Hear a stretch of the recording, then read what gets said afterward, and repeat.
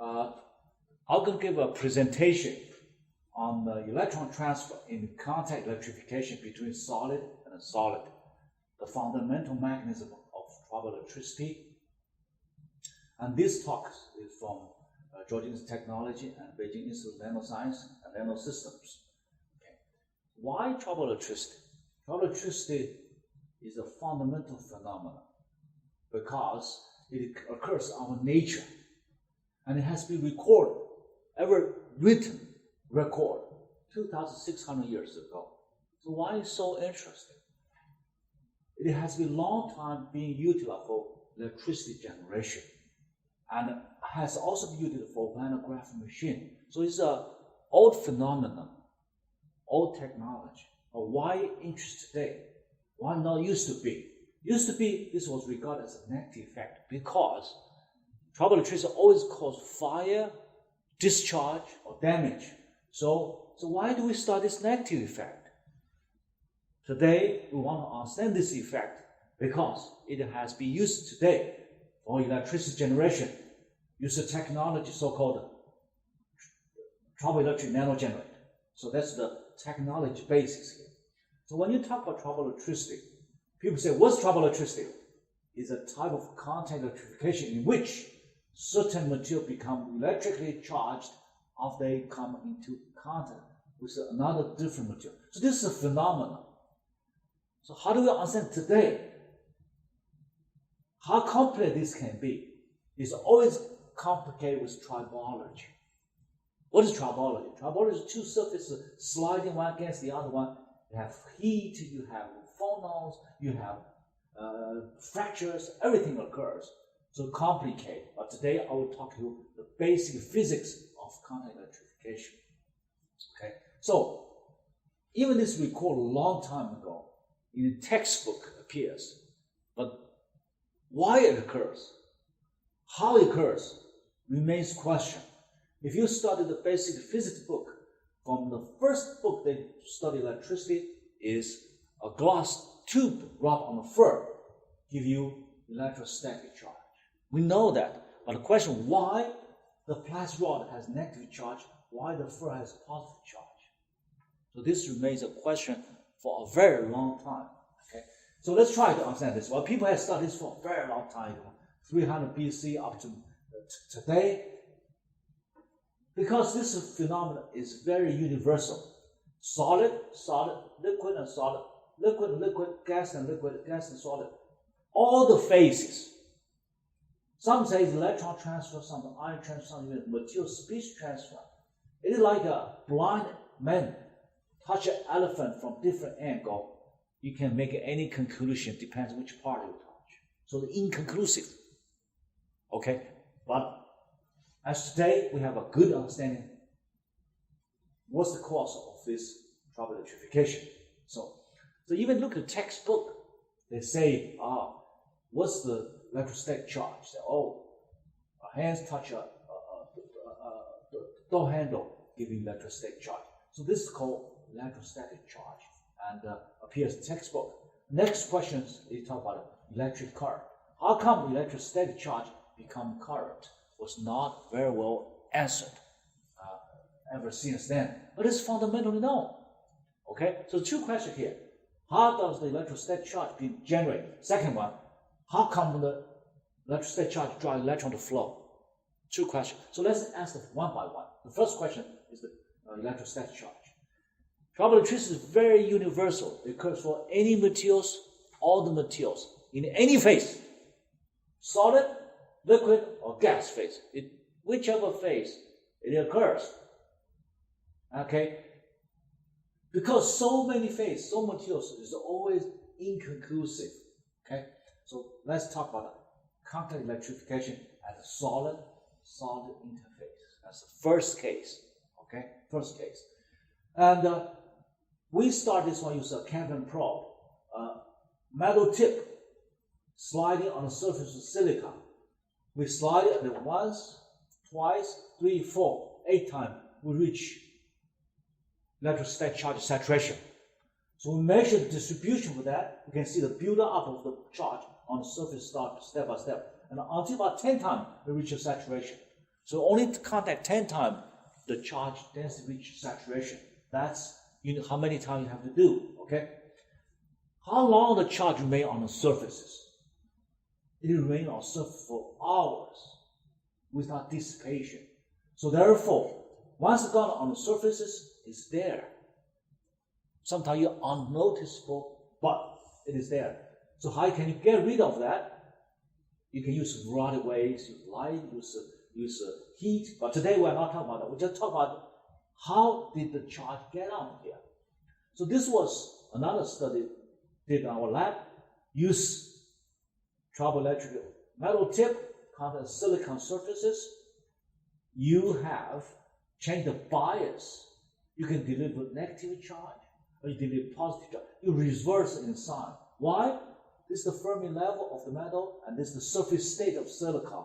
So if the two become physical contact, the Fermi level is higher than the unoccupied surface state. In such a case, electron transfer occurs. So that's why zero bias have low charge. But if you have negative bias, it raises the Fermi level of the metal, more electron kick into the dielectric. So you have more charge. Now, if you have positive bias, it's low the Fermi level, the charge transfer can be reversed. That's what you see here. So it is electron transfer. Ion transfer, you cannot change the sign of the charge transfer. Okay. Then the difference is that you normally when you do triboelectrification is you can slide in or you can contact, which is more effective. So we did this study. So we studied in the tapping mode and the contact mode. Tapping mode is this. Okay, contact mode is this. So you find once the contact, tapping a few times, the charge density reach the same. So that means what? Either in this mode or in this mode, eventually the total charge density on the surface is the same. That means which way you deliver the charge, it doesn't matter, or reach the same number. This is determined by the characteristic of the material itself. So this is our study show that. Then the question is that we have recently, we can fix the substrate temperature, raise the tip temperature, and see the difference. So we can, you see, if you keep the sample temperature for silicon as 330 Kelvin, raise the tip temperature from 313 to 440, you can see the charge density delivered to be increases. You can fix the sample temperature, different temperatures, you can raise it respectively. So the basic is that the larger the temperature difference, the higher the charge density delivered on the surfaces. Okay? So how do you understand that? If you fix the sample temperature as 330 Kelvin and you raise the tip temperature from 313 to 433, and this is the Fermi-Dirac function describing electron distribution in the metal. To understand this. So normally below the Fermi level is occupied, but that's for 0 Kelvin. But if you have a finite temperature, it's the Fermi-Dirac function. This is the surface state of silicon. So if this tail is higher than this, when you make a physical contact, the charge goes on. So you see the charge occurs. If you raise the temperature of the tip, more electron goes up. That's what you see here. So this is only possible if you have electron transfer. No other cases. Okay? No other case. So this is a very important conclusion for solid and solid. But this is for the case like the case for metal dielectric. That's relatively simple. You have a Venn diagram to describe this. Okay? Describe this. But if you don't have this simple case, it's become a little more complicated. But we still can have explanation. So this is the metal dielectric case, surface charge transfer. You can start this one, use different materials, aluminum nitride, silicon nitride. You can get a similar interpretation of the data. And this is the reason because you can see when you raise the temperature gap, the distance between the temperature difference between the tip and the sample, this can be rise continuously. At the same temperature, there's no charge transfer because more like an equal distribution here. But once you raise the temperature difference, more charge on the surface here. So therefore, you can control, use this Kelvin problem, independent control temperature. You can verify that. Okay. So what is the model for this one? How do we start this one? A few years ago, we put our triboelectric nanogen inside a temperature box. So we can raise the temperature. We want to see up to what temperature the TNG still works. Okay, we find that when the temperature reaches 583 Kelvin, there's no charge transfer between one material to the other one because the output is almost zero. So we started at different temperatures the decay curve of the charge. So we can simulate this one. We find this decay behavior being explained by electron thermionic emission model. Okay, so what is the electron thermionic emission model?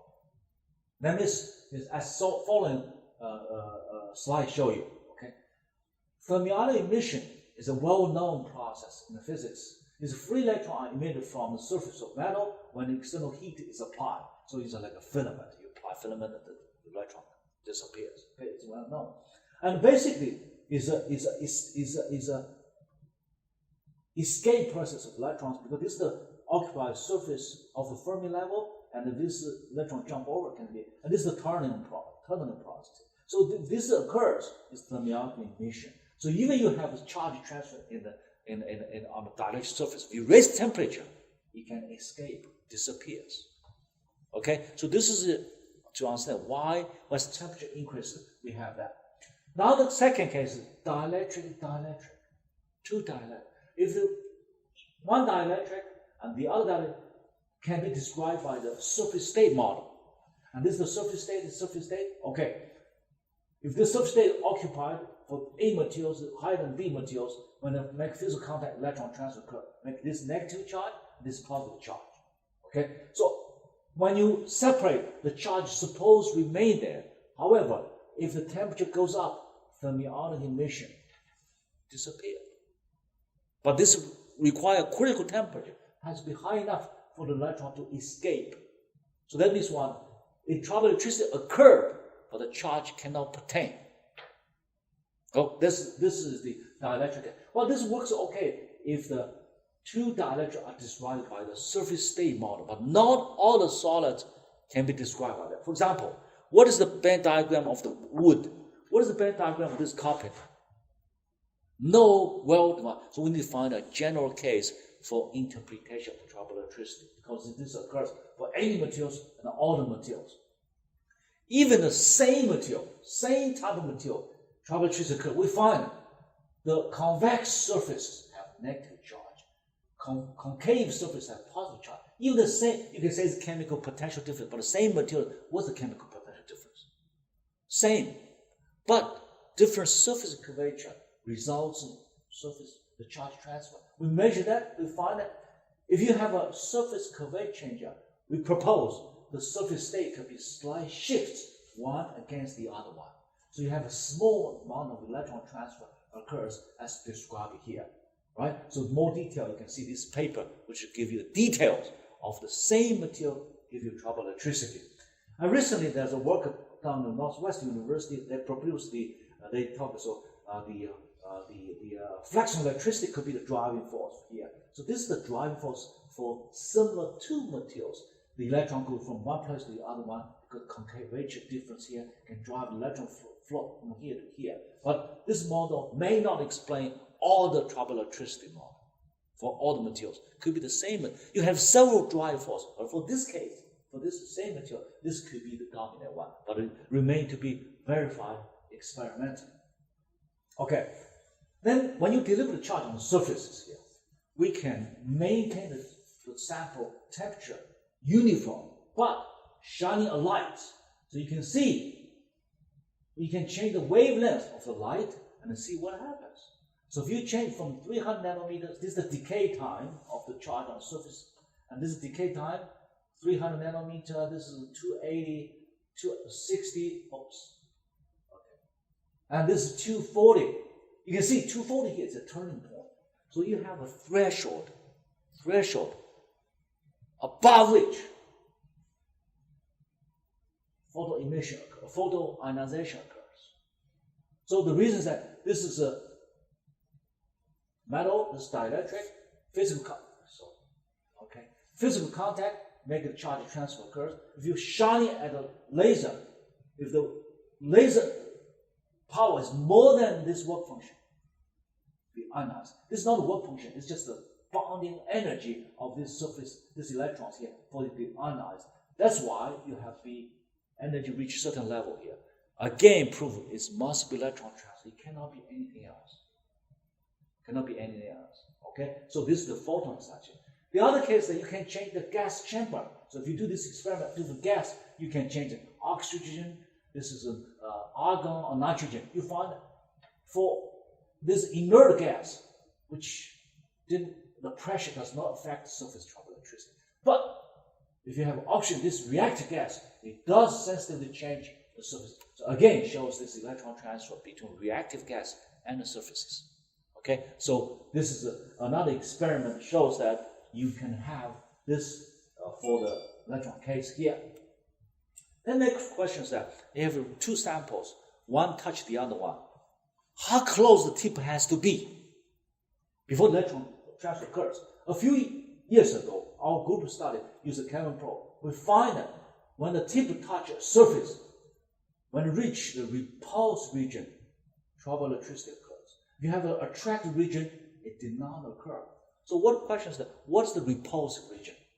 Let's look at from interatomic interaction potential. So remember, only in the repulsive region, contact electrification occurs. Okay? What is the repulsive region? So, okay? If you have two atoms here, this is the one and this is the other one. This is the normal bonding length. So there's a little bit of form of bonding. Okay? Chemistry called bonding, physically called electron cloud overlap, or wave function overlap. So this is the interatomic potential. This is called the repulse region. If you push this atom a little closer, this repel the other one. If you push it a little further one, they attract each other. So this is called the attractive region. This is called the repulse region. Repulse region. So if you do the animations, look like this, like this. Now, experiment we found only in a repulse region, triboelectricity occurs. What that means? That means the bonding length is shorter than normal bonding length. And if you have this, that make the two atoms have a strong electron cloud overlap. Only when you have this strong electron cloud overlap, electron transfer occurs. Okay? So electron transfer occurs. This is making it possible. So this is important to show that you have to be close enough. If you're not close enough, triboelectricity will not occur. Okay? So this is the and how do we explain in a general case here? General case is this. We have different model for different cases, metal, dielectric, dielectric. But for a general, for this carpenter, for my shoes, what is the model? So we do from atomic level. Let's say this is the atom of A material, atom of B material. If they're too far away, then there's no electron transfer. If you push too close to the other one, this barrier drops. You say, how come the two atoms, the barrier drops? This is because the electron wave function or electric cloud overlap, form a bonding. Let me show you an animation. So this is the potential of one atom, this is the potential of two atoms, this is the bonding electrons here. If you push one against the other one, they have a strong overlap. Okay? This is form of bonding. So if you draw the potential, it comes this. It comes this. So in such case, this electron transfer here without any barrier, no barrier, so electron transfer occurs. So this will remain here, but in order for this to jump back, you need additional energy. Either heat or other can provide additional energy, you can release back. Otherwise, this remain here. That's why you have the triboelectricity occurs. If you raise the temperature, this can disappear. So if you do this one, the electron transfer here and it remains there. Make this negative charge and this positive charge. If you raise temperature, the KT can thermionically emit these electrons, it disappears. So therefore, this is the generic model for all the materials, for all the liquid, solid, and gas, or gas and liquid case, can more generic. So in more detail, you can see our paper. But this, I think this is give you a good example of this generic model, how to explain the triboelectricity in solid and a solid. And this model can be expanded to other cases, which I will talk about later. Is this quantum mechanically possible? So if you have an atom like that and like that, what is the transition probability as a function of x? So we did the calculation. We can consider the electron-photon interaction process. This is the interaction Hamiltonian. You can calculate the transition probability, and you can find this is the probability. Okay? So in such a case, if you change the distance between the two atoms here, this is given Bohr radius. This is 3 angstrom, this is 2 angstrom. If you shorten 2 angstrom, the transition probability rapidly increase. This is the case. Rapidly increase, you got the transition occurs here. Okay? So, most recently, we did more experiment shows this electron wave function overlap or electron cloud overlap is the model for contact electrification. This is between a metal tip and silicon nitrogen sample. The paper accepted by advanced function materials is going to appear very soon. Let's see. If you two atoms here, and this is the bonding electron here, if you push one against the other one, you can lower the barrier and this transfer occurs. And we find that this is the surface charge density. If you're in an attractive region, there's almost no charge transfer. Too far. Even you raise the tip temperature higher than the sample temperature, it did not happen. But now, if you in a repulse region, when they're too close, if you have a relatively lower temperature, the triboelectricity occurs. But if you have higher temperature, it drops. Why? Fermionic emission. It occurred but disappeared, so you cannot measure. So now this one is that control different temperature. This is the tip temperature 330 Kelvin, and this is the tip temperature 73, 430. You see, when the tip temperature become higher, like here, very little charges. So therefore, temperature dependent too. Temperature dependent. So this provide additional experiment on that. Also, the bias. If you have two atoms here, you can apply a bias voltage. You can change. You see, if you have in a repulse region here, and this is the attractive region here, and you can see this one. I think the light can be dimmed a little bit, and for easy to see. And you can see this is the repulse region here. This is an attractive region. There's no charge transfer. Same here. This is the attractive region, repulse region, attractive region here. But if you increase the bias, you can see even in the attractive region, there's a charge transfer occurs. So therefore, if you apply a bias, you have a permanent effect. Two can act on this process even at a higher separate distance. Triboelectricity occurred. That means the voltage accelerates. Okay, so this paper you're going to read that very soon. So what is triboelectricity? Maybe too dark. Is it okay? Okay. Look at the other. So triboelectricity is this. Used to be says two material contact charge occurs. But today's definition, I define this one in this recent paper. Say contact electrification is a quantum mechanical electron or an ion transfer process. I say ion because we cannot completely exclude ion. Okay? We can say dominate by electron transfer, but we cannot 100% exclude ion. It's a quantum mechanical transfer that occurs for any materials, in any states, solid, liquid, gas, in any application environment, in a wide range of temperature, up to 400 degrees. We measure up to 400 degrees. It may be high, depending on materials.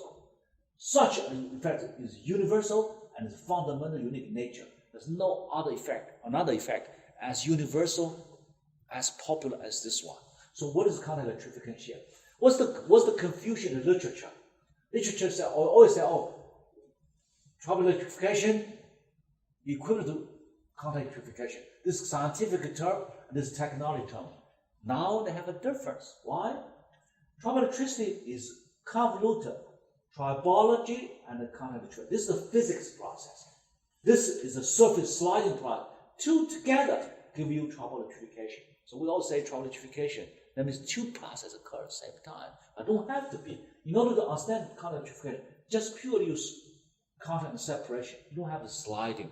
So if you put them two together, you complicate the process. So very hard to understand. So it used to be they say, we have frictions, we have debris produced, so we don't know what is happening. Because you convolute the two process. You need to separate them clearly. If you separate them clearly, you'll be able to get that. Okay, so this is the new definition. So what is called contact electrification? What's the relationship between contact electrification and the triboelectric and tribolic? So look forward. I just today asked one question: is contact electrification between solid and solid? I said why? Because we invented the triboelectric nanogenerator a few years ago. Now this has become a very important technology for micro nano power system, solar power sensors, even large scale blue energy for harvesting water energy over large, and even have a high voltage source, which a broad range of application from medical to environmental science, from information technology to wearable electronics, many more Internet of Things. So it's broad. Why we started today? Because it's the theoretical foundation of understanding of triboelectric nanogenerator, and people can refer to the book for the details. All the contents of this talk being published in this paper, and you read the paper, you can get all the details. So my name is Zhong Lin Wang from Georgia Tech and the Beijing Institute of Nano Energy Nanosystem. Thank you for your attention.